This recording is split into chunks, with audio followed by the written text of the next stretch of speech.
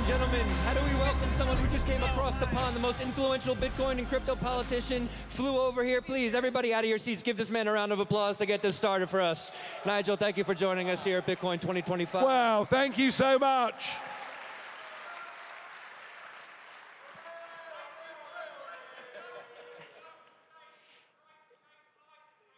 All right, we got a rowdy bunch here. We certainly have. And we like that. We like those personalities here in Bitcoin.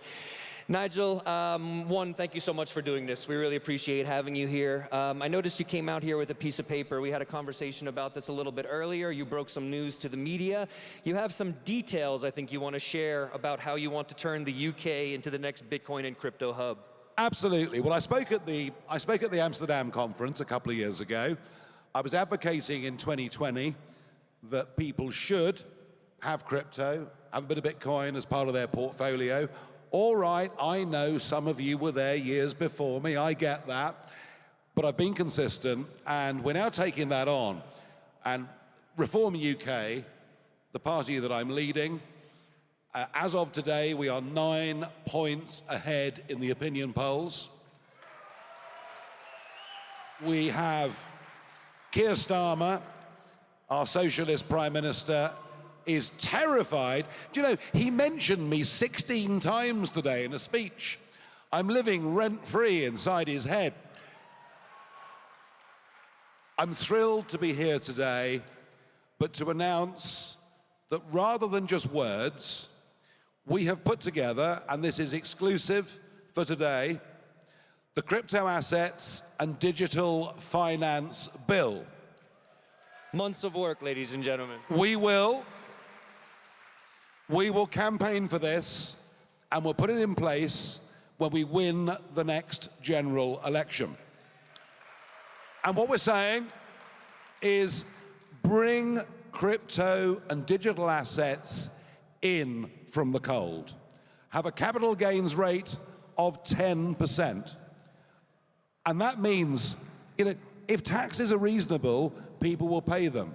We're going to have a Bitcoin digital reserve in the Bank of England. And we are going to pass legislation that says that no bank can close your account because you're trading in legal crypto or digital products. No more debanking, ladies and gentlemen. So yeah, we are taking it very, very seriously. And you know, it's really interesting. I mean, 7 million people in Britain have got crypto assets. 1 in 4 people under 30 have got crypto assets. And yet our outdated Labour and Conservative governments have done nothing in this space at all. And what I want to do when we win the next election is bring us into the 21st century. We are going to launch in Britain a crypto revolution. We're going to make London one of the major trading centers of the world. We're deadly serious, and here it is. And again, he's been saying this since 2020. You have your own experience with being debanked, but we're going to get to that in just a moment. One of the things I want to ask, you know, we've seen a number of politicians on this stage from the United States, including the Vice President of the United States, speaking here today, bullish on Bitcoin, bullish on the crypto space. Is it this, you're seeing this happen in the United States, is this the impetus for you now saying we need to take action in the UK, we need to do something now? I think what this administration has done to embrace this whole area, to give real oxygen and real energy to the whole digital world is nothing short of fantastic. And we, in my country, we tend to be a little bit behind. You know, America has all the new ideas. They take a few years to cross the pond, and you send us many good things. And what you're doing in this space right now, through this administration, is good. You also send us bad things, because you sent us woke. But you know what? We've got you back, because we've sent you Prince Harry in return, all right? Yeah. We appreciate that. Quite a personality. We appreciate it, Nigel. One of the things I want to touch on, you're obviously well known for the work that you did in initiating Brexit. Very, very impactful. You talk a lot about national sovereignty. Bitcoin is about individual sovereignty. Could you talk a little bit about the overlap here? Well, I mean, I was, in the early 90s, I saw the emergence of the European Union. I saw the emergence of these globalist structures that were designed to take away our democracy, to remove our ability to elect people who really influenced our law and hand them up to a sort of global bureaucracy. And so I fought against it. And it took me quarter of a century to get Brexit, but we did it. We voted out, and you know something? If we were still in the European Union, this would not even be possible. So I believe in national sovereignty, but I also worry that government right across the Western world has got too big. It interferes and tries to control virtually every aspect of our lives. We've touched on the banking industry already, who in many cases have behaved appallingly. So I believe in individual sovereignty as well. And Bitcoin is the ultimate freedom from big government. So yeah, absolutely. I see the two as being absolutely consistent with each other. When it comes to bureaucratic oversight, government surveillance, we have CBDCs coming down the pipeline. I think in the UK, they call it what, Britcoin? They like to get cheeky over there in the UK, right? So Britcoin versus Bitcoin. So we're not fooled here very easily at the Bitcoin conference. Can we talk a little bit about the dangers of CBDCs and why it's so important that something like Bitcoin exists? So the only thing the last Conservative government did in this space was to open up a department within our central bank, the Bank of England, to spend money getting us ready for a Bitcoin central bank digital currency. This would be the ultimate form of tyranny. And I can tell you, as I go around the country, people have woken up to what's going on here. And when we win the next election, there'll be a CBDC over my dead body.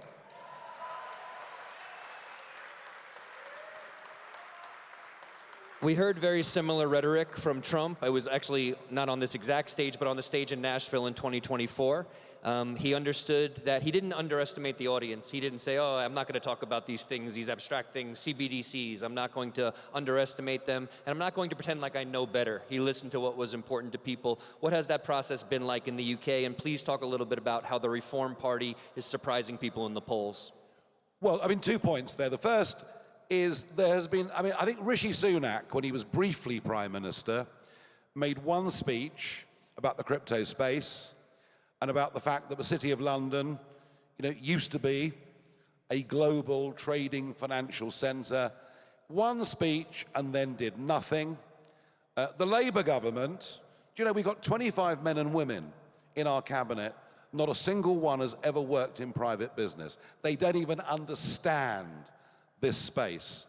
So we are kind of, with a new political party, with the new kids on the block, we are anti-establishment, we are disruptors, and that's an important word, because when it's not working, it needs to be disrupted.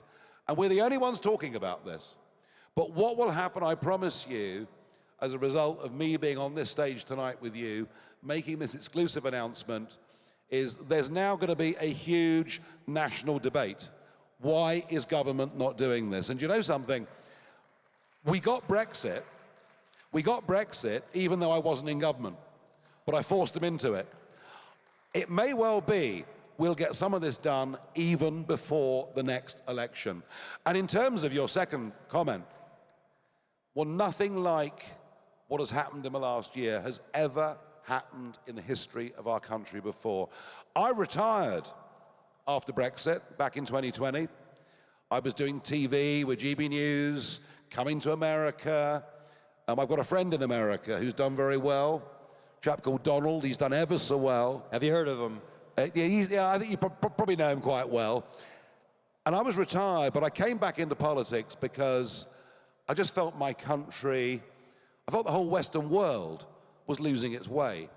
We'd forgotten the Judeo-Christian values upon which our civilization had been built. And, well, we have. And so I came back, it was June the 3rd last year. I said, right, I'm going to come back, I'm going to have another go at this, and I'm going to base the whole thing around the key principles of family, community, and country. They're the things that I care about, and I bet they're the things you care about as well. And here we are. Today's opinion polls, we're 9 points ahead of Labour. And the Conservative Party, well, they're called Conservative, but they haven't governed as Conservative. Their support's falling off a cliff. So there is a genuine political revolution going on in Britain, and don't underestimate it. It is going to happen, believe me. We appreciate that.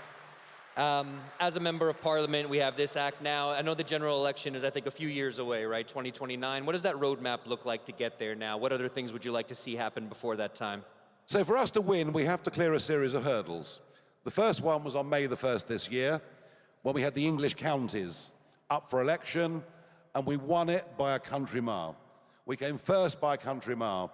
Next year, we've got elections for the Scottish and Welsh parliaments, devolved parliaments, and I believe we can win in Wales and probably come second in Scotland. So we have to keep clearing hurdles every year. We've built our party membership. We're building our credibility. So yeah, I mean, look, this is not going to be easy. The establishment are not going to give us an easy ride. I've no doubt there will be alternative CVs of me published. They'll say the most awful things about me. Trouble is, half of them will be true. But anyway, it doesn't matter. I think, as Peter McCormack said, some of the things they say about you make you the fun person that you are. Well, you know, I mean, I'm not in politics for a career. I'm in politics to make a change and make a difference. I'm a normal human being. I've got my good points. I've got my weaknesses. But what's wrong with that? Isn't that what we want? Don't we want politicians that are real and like us and live their lives? I've done many things over the years. You know, I worked for 20 years for American companies trading commodities. I worked for Drexel Burnham Lambert back in the 1980s, which some things good, some don't. You know, I've been a commodity trader. I've been a radio host. I've been a TV host. I've been in politics. I've been doing financial market newsletters. I've done many, many things. I've got a very broad experience. And frankly, I think I'm much better qualified than a bunch of Oxford-educated human rights lawyers to run the country. And there's one thing I would add to that, if you don't mind. It's that you did travel around, you did talk to people, you did listen to people. Even when you drafted this, what you just shared with us earlier, you know, you spoke with people from the industry, you spoke with people familiar with policy, you're willing to listen, you're not saying that you know everything and that you're going to dictate from the top down. Far from it, and we've been in touch. I mean, you know, the Bitcoin guys in the UK have been in touch, sending us stuff. I'm one of the few political figures, I genuinely go out and meet people. I'll be walking through the high streets in Scotland on Monday, and some people are rude. Well, fine, let them be rude, I don't care. But, and I always joke that the best place to meet people in Britain is go to the pub, because every pub is a parliament. People go into the pub for a drink and talk about life. So I think being a good listener is really, really important. And I think people underestimate Trump on this. Trump does actually listen to experts and what people have to say.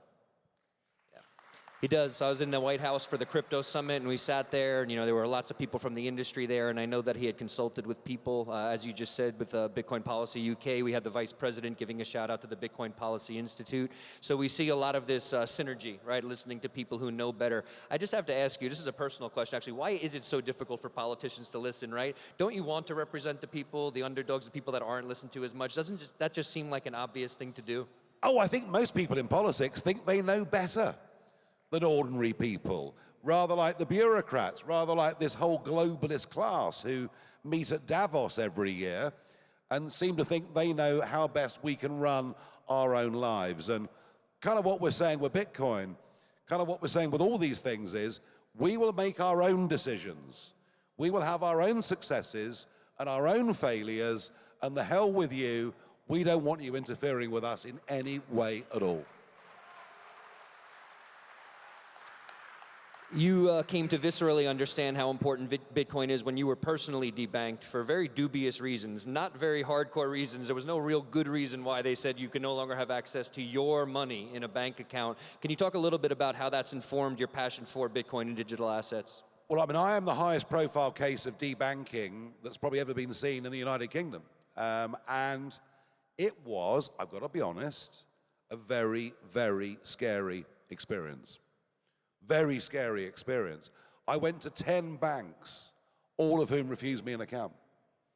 It's kind of like they're trying to force me out of the country. But I fought back. I fought back publicly, and I won. I won. But I was able, through my media contacts and my profile, to have that fight and win it. Most folk aren't. You know, I mean, even last year in the United Kingdom, 400,000 people were debanked. Primary reasons? What was the reason for this? They don't have to give reasons.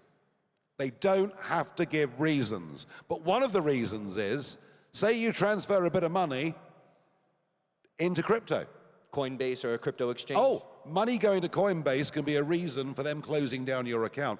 That's why this legislation will make it illegal for any bank ever to do that to anybody ever again. You can stand up. I see some people standing up. That's good. Yeah, well, nobody. That. I mean, the thing about debanking was, I mean, you know, as soon as I said I'd been debanked, other people stood up and said they'd been debanked too. They were too frightened to before. It was almost like coming out, you know, saying I've been debanked. It's been a massive issue on both sides of the pond.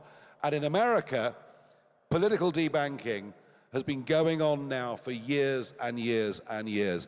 It is absolutely disgusting. It plays no part in a free, open, democratic society. And no wonder so many people are going for Bitcoin and going for crypto because they can't close you down, and that is the ultimate freedom. Super important perspective. I want to rewind back a little bit to you going to pubs, talking with people. I remember watching videos of fishermen, hearing from fishermen in the UK and other people who are just working in smaller towns in the UK. You know, oftentimes I think sometimes you say the quiet part out loud. Sometimes people say these things, you're saying it out loud, and then maybe they're comfortable coming to you saying like, you know what, I actually agree with you, but I can't say that for this reason or the other. Can you talk a little bit about that if you don't mind? Well, I think free speech is a vital element of living in an open democratic society. I mean, you know, we fought world wars. We fought world wars so that we could agree to disagree. And the modern phenomenon that we've seen is, of course, cancellation. Not just I disagree with you, but I will do my best to close you down. And the extreme left have been very, very successful at this. And one of the problems has been, in this country too, conservative cowardice. That so-called conservatives haven't fought against it because they don't like nasty things being said about them on X or Facebook or whatever it may be. And there is a concern in my country that we now have two-tier justice, two-tier policing, led by our Prime Minister, two-tier care. And J.D. Vance, you know, is genuinely worried about what is happening to free speech, what is happening to liberty in the United Kingdom. And frankly, you know, I should be able to offend you. I prefer it, actually, yeah. Well, let's get started. Let's go. No, I should be able to offend you. I should be able to say things that you don't like, that you fundamentally disagree with. But it should be my God-given birthright to be able to do that without being closed down. And we have, in the UK, a major free speech problem. And I tell you what, the silent majority know that it's wrong. The silent majority want it corrected. We have a woman called Lucy Connolly who's been given a 31-month prison sentence for saying something unpleasant on social media in the wake of the horrific murders of 3 young girls in Southport. She should not be in prison, period. And while she's in prison, we're letting out on early release people who've convicted vile sexual attacks. We've got a two-tier country. Maybe that's part of the reason why reform is doing so well in the polls right now. We've got to get back to the right values, back to the values of the forefathers that built our great countries. Amazing, and just logic in general. I think we need to embrace logic again. If you become prime minister, what will realistically... What do you mean if? That's it, I apologize. When you become prime minister, He's ladies so and gentlemen, negative, my isn't he? apologies. Who put me up here? Why'd they have me do this? Anyway. Sorry. When you become prime minister, and hopefully we're here sitting on stage 4 years from now talking about how you're the prime minister of the UK, what is realistically in your power to do when it comes to Bitcoin and crypto assets? Now, I say that because we're seeing Trump, he signed an executive order on creating a strategic Bitcoin reserve, lots of other really progressive bills being put through the House and Senate right now. There's some friction, right? Senate Democrats are stopping a lot of the bills, even for stablecoins, something that would benefit the United States. I'm not as familiar with the British system of government. I will familiarize myself with more now that we have you running for president and to be prime minister in the next few years. But what is realistically in your power once you're in power? What is in my power now is to change the whole debate. And my appearance with you on stage is going to spark a massive national debate. There are many people now live watching this in the United Kingdom.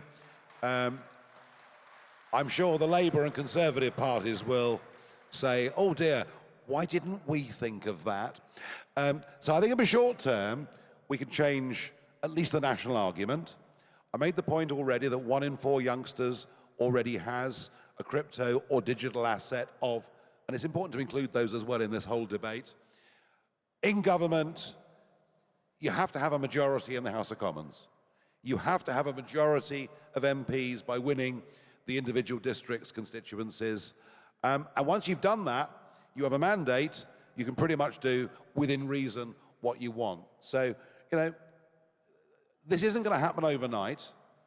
I wish the election was sooner than 2029, but it gives us a long time to build up the activist base, what I call the People's Army. The People's Army of folk who want real fundamental change. The People's Army who say, we want politicians, not who just want to be prime minister or have a ministerial car, but actually want to affect real, genuine, radical change. And I'm a radical. I mean, I am, I'm probably the most disliked human being by the political class in Britain that has been for over 100 years. And you know what? If they hate me, but increasingly the people love me, I reckon I'm in the right place.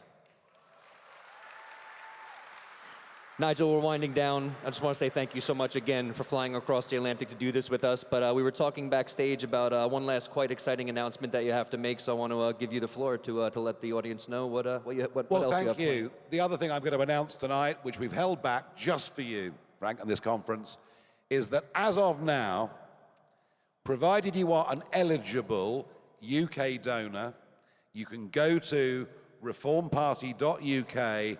And as of now, we are the first political party in Britain who can accept donations in Bitcoin and other cryptocurrencies.